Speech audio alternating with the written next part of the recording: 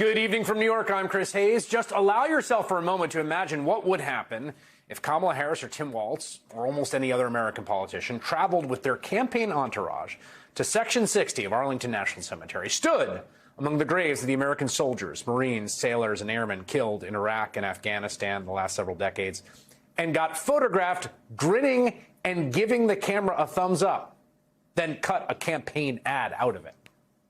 Republicans and reporters, I think, would have gone insane. Yet Donald Trump did that on Monday, and at first it really seemed to barely register.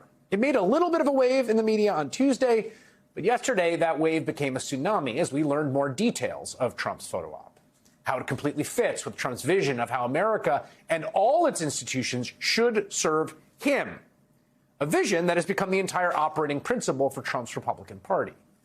We now know the Trump campaign reportedly asked Army officials for permission to attend the Monday ceremony with some families of service members killed in Afghanistan. Now, here's the thing. Federal law bars political activities and recordings at Arlington because, of course, the families of all 400,000 veterans and dependents buried there cannot consent to being used in a campaign ad. So, officials, understandably, reportedly balked at Trump's plans. They saw what he was cooking up until they got a call from Republican House Speaker Mike Johnson. That's according to multiple sources who told the Daily Caller that cemetery officials relented to the political pressure from Republicans in Congress who wanted to make sure Trump could cut his campaign ad there. One source with knowledge of those calls said after the speaker's call, the situation shifted significantly. Okay, so the speaker calls, gets them to back down, even though they know exactly what's happening. They're like, you can't do this. Okay, fine. Officials still told Trump's people they had to follow the cemetery rules. The Army now confirms that when a cemetery worker tried to enforce those rules by stopping a Trump campaign aide from taking unauthorized photos and videos, the aide got physical with her, shoving her aside. Boy, it doesn't sound like a Trump aide, does it? According to the New York Times, that woman filed a report against the Trump aide. Military police were called to the scene, but listen to this. This is a key detail. But that the worker later declined to press charges. Military officials told the Times she said she feared Trump's supporters pursuing retaliation. Now, in a statement yesterday, Trump's campaign spokesman said the woman was, and again, based on nothing, I think, suffering from a mental health episode. His co-campaign manager said she was a, quote, despicable individual. This is a random worker at the Arlington National Cemetery attempting to preserve the rules for that hallowed ground. Now, for days, Trump stayed silent on all this. His campaign's response was left to an army of one, if you will, running mate J.D. Vance, who said this yesterday afternoon. First of all, the altercation at Arlington Cemetery is the media creating a story where I really don't think that there is one. There is verifiable evidence. There is verifiable evidence that the campaign was allowed to have a photographer there. There's verifiable, they were invited to have a photographer there. I'm not sure if that's true, by the way, but then Vance said this yesterday evening. I mean, you guys in the media, you're acting like Donald Trump filmed a TV commercial at a gravesite. He was there providing emotional support to a lot of brave Americans who lost loved ones they never should have lost, and there happened to be a camera there. I'm sorry. We played this yesterday, but I'd play it again because it's just too good. There happened to be a camera there. It's not like Trump was filming a commercial there.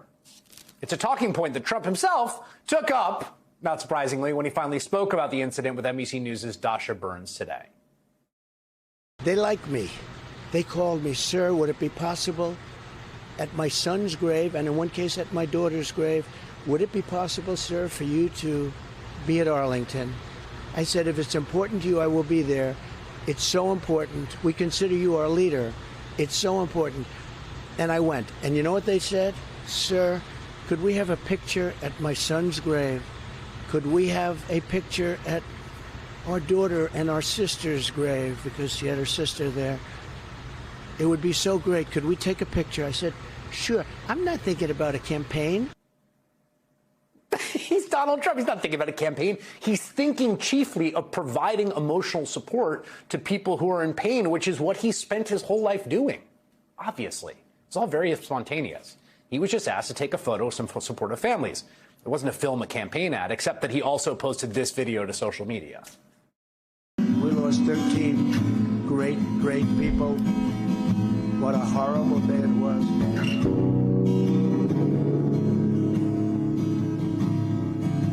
We didn't lose one person in 18 months.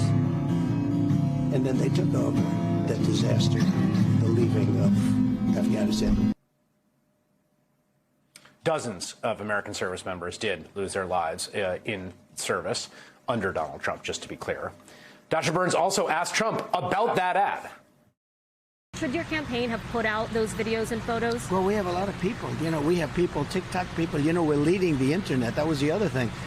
We're so far above her on the internet. But on that hallowed ground, should they have put out Well, I don't know what the rules and those? regulations are. I don't know who did it. And it could have been them. It could have been the parents. It could have been somebody. It was your campaign's TikTok, though, that put out the video. I really don't know anything about it. All I do is I stood there and I said, if you'd like to have a picture, we can have a picture. If somebody did it, this was a setup by the people in the administration. We're leading the internet. It was your campaign. Now, Trump lied in an attempt to score some crude campaign points in a context that ought to be completely beyond crude politics. His partisans got rough with a civil servant who got in their way, and that civil servant ultimately dropped her complaint for fears of retribution. Does that sound familiar? Does it sound a little like the story of Alexander Vindman, the soldier and National Security Council staffer who blew the whistle on Trump's attempts to extort Ukraine for dirt on Joe Biden? Or maybe it reminds you of Ruby Freeman and Shay Moss, the Georgia election officials whose lives were threatened after Trump falsely accused them of rigging votes. Or maybe it reminds you of the threats against the women who have accused Trump of sexual assault, and all the public officials who have prosecuted or sued him, and all the judges who have ruled against him, and all the elections officials who refused to break the rules or falsify votes for him, and all the Republicans who voted to impeach him. In each of those cases, Trump has gotten away with intimidation, mafia-style gangster threats because rank-and-file Republicans let him, or in many cases, just straight up help him, using government power to make their partisan politics a sort of official state religion, and bullying anyone who gets in their way. Like, for instance, the Volunteers for LULAC, that's the League of United Latin American Citizens, who are currently being targeted by the pro-Trump far-right Texas Attorney General. Hearing from a LULAC member whose home was raided during a search authorized by Texas Attorney General Ken Paxton. Now, the AG's office says it's investigating alleged election fraud and efforts to register non-citizens to vote. They scared the hell out of me. 87-year-old Lydia Martinez says she was among those targeted by the search warrants. The longtime LULAC member helped senior citizens register to vote. I feel that they're going to stop a lot of us from going out and doing our work, and that's what they want. She said officers questioned her for hours, confiscated her phone and computer, and made her wait outside as they searched her home. I said, let me get dressed, and she said, oh, go outside. What were you wearing? My nightgown, and I had all these policemen around me. It was embarrassing, humiliating. I was so angry. It was horrible. I mean, the quintessential authoritarian nightmare, right? The knock at the door for protected political activity, for registering people to vote. So far, Ken Paxton's office has brought no charges. Those Latino volunteers have written the Department of Justice saying their civil rights were violated. Meanwhile, Republicans in other states like Nebraska are dragging their feet on laws approved by voters and legislators to restore felons' voting rights.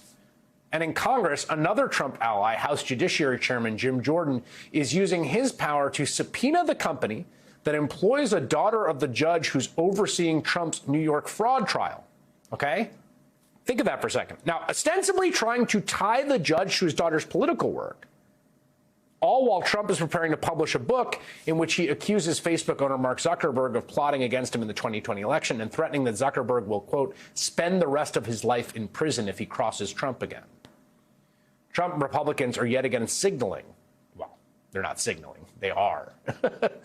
They're going to do it. They have no use for voters or judges or federal workers or fallen veterans or even tech billionaires unless they further the Republican project. It is a party and a movement built around a candidate for whom nothing is sacred, not a military cemetery, not the judicial system, not even democracy, unless it serves his twisted aims.